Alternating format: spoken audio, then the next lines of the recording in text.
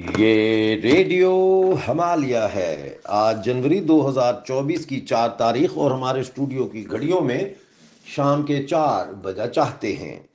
اب آپ ڈاکٹر امجد ایوب مرزا سے خبریں سنیے۔ پاکستانی مقبوضہ جموں کشمیر کے بلدیہ کے ریٹائرڈ ملازمین نے پیٹ پر روٹی باندھ کر پیدل مارچ کی دھمکی دے دی ہے۔ پینشنرز نے کہا ہے کہ اب سرکار سے مذاکرات نہیں ہوں گے، ہم نے سر پر کفن باندھ لیا ہے۔ پینشنرز نے کہا کہ زندگی کے سنہرے دن ریاست اور ریاستی عوام کی بہتری اور خوشحالی کے لیے قربان کیے اور اب اس عمر میں خاک چھان رہے ہیں۔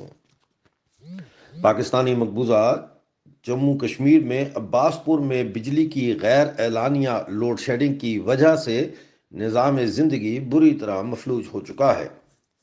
United Kashmir Peoples national party نے چیئرمین سردار شوکت علی کشمیری کے نام سے جاری بیان میں کہا ہے کہ آزاد کشمیر اور گلگت بلتستان کو ملا کر ایک آزاد ریاست کا قیام ان کی پارٹی کی اولین ترجیح ہے، جس کے بعد پاکستانی مقبوضہ گلگت بلتستان میں شدید رد عمل سامنے آیا۔ Gilgit Baltistan peoples rights movement کے چیئرمین ابراہیم نگری نے کہا کہ بیرون ملک مقیم نام نہاد کشمیری قیادت سردار شوکت کشمیری سمیت دیگر رہنما اپنے ذاتی مفاد کے حصول کے لیے گلگت بلتستان کا سودا کرنا بند کریں۔ حسین گلگتی نے کہا کہ گلگت بلتستان کے لیے گلگت کے غیور عوام موجود ہیں، یہ بیرون ملک والے لیڈر اپنے ذاتی مفاد کو دیکھتے ہیں۔ پاکستانی مقبوضہ جموں کشمیر ہجیرہ سے تعلق رکھنے والے Jammu Kashmir national student federation کے جمیل تبسم نے کہا کہ گلگت بلتستان کے سوداگروں پہ تھو تھو۔ یاد رہے کہ 370 کے خاتمے کے بعد سے ہی united Kashmir Peoples national party پر یہ الزام ہے کہ ان کی کوشش رہی ہے کہ کسی نہ کسی طرح پاکستانی مقبوضہ جموں کشمیر کی مقامی سیاست میں کردار ادا کریں، اور یہ افواہیں بھی گردش کرتی رہی ہیں کہ سردار شوکت علی کشمیری امریکہ میں تعینات پاکستانی سفیر مسعود خان کے ذریعے امریکہ میں لابنگ کی کوشش کر رہے ہیں۔ یاد رہے کہ امریکہ میں تعینات پاکستانی سفیر کا تعلق پاکستانی قبضے والے جموں کشمیر سے ہے اور وہ آزاد کشمیر کے صدر رہ چکے ہیں، اور ان کا تعلق بھی شوکت علی کشمیری کے قبیلے سے ہے، دونوں سردار ہیں۔ ابراہیم نگری کے بیان پر طارق محمود، یاسر محمود، میرپور کے عاصم محمود، نگر سے امداد حسین اور امداد بادشاہ،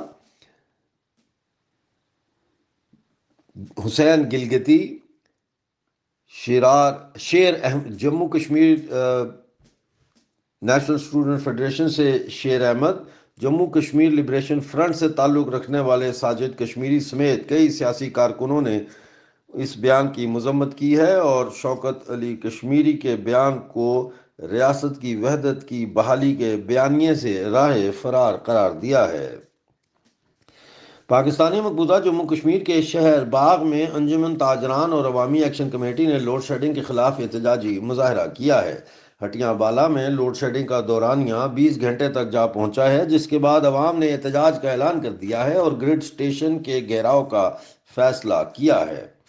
مظفر آباد میڈیکل کالج کے 450 ملازمین کو 2 ماہ سے تنخواہیں نہیں ملیں، جس کی وجہ سے ان کے گھروں میں فاقے پڑ گئے ہیں۔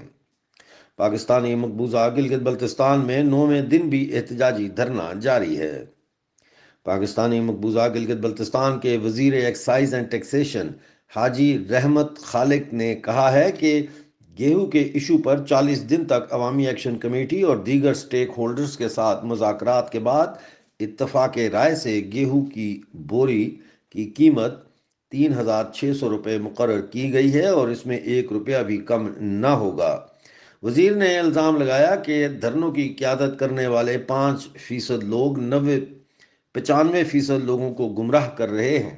انہوں نے کہا کہ یہ 5% لوگ دائیں بائیں لوگوں سے مل رہے ہیں اور خرچہ پانی بھی لے رہے ہیں۔ یاد رہے کہ حاجی خالق کا تعلق جمعیت علماء اسلام سے ہے اور ان کو یہ وزارت اسٹیبلشمنٹ کی آشیرواد کے بغیر نہیں مل سکتی تھی۔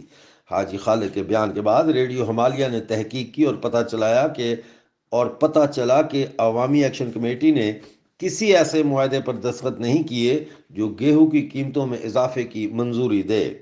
ادھر عوامی ایکشن کمیٹی کا دوسرے دن بھی گلگت میں مظاہرہ ہوا اور اب لانگ مارچ کا انتباہ کیا گیا ہے، جبکہ اپوزیشن لیڈر کاظم میسم نے کہا ہے کہ ہم عوام کے ساتھ کھڑے ہیں اور اگر استعفے دینے پڑے تو وہ بھی دیں گے۔ پاکستانی مقبوضات گلگت بلتستان کے شہر سکردو اور یاسین میں گیہوں کی قیمتوں میں اضافے کے خلاف شدید سردی کے باوجود 9 دن سے دھرنا جاری ہے۔ سکردو میں گزشتہ روز ریلی بھی نکالی گئی۔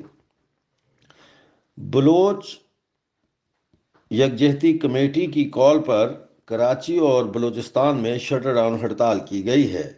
بلوچستان کے لاپتہ افراد کی بازیابی کے لیے لندن میں وزیر اعظم رشی سناک کی رہائش گاہ کے باہر 5 روزہ احتجاجی کیمپ قائم کیا گیا ہے۔ بلوچستان لبریشن آرمی نے تمب اور زمران میں پاکستانی فوج پر حملوں کی ذمہ داری قبول کر لی ہے۔ حملے میں 2 پاکستانی فوجی ہلاک جبکہ 3 زخمی ہو گئے۔ آپ ریڈیو ہمالیہ سن رہے تھے۔ اگلے نیوز بلیٹن تک کے لیے ڈاکٹر امجد ایوب مرزا کو اجازت دیجیے۔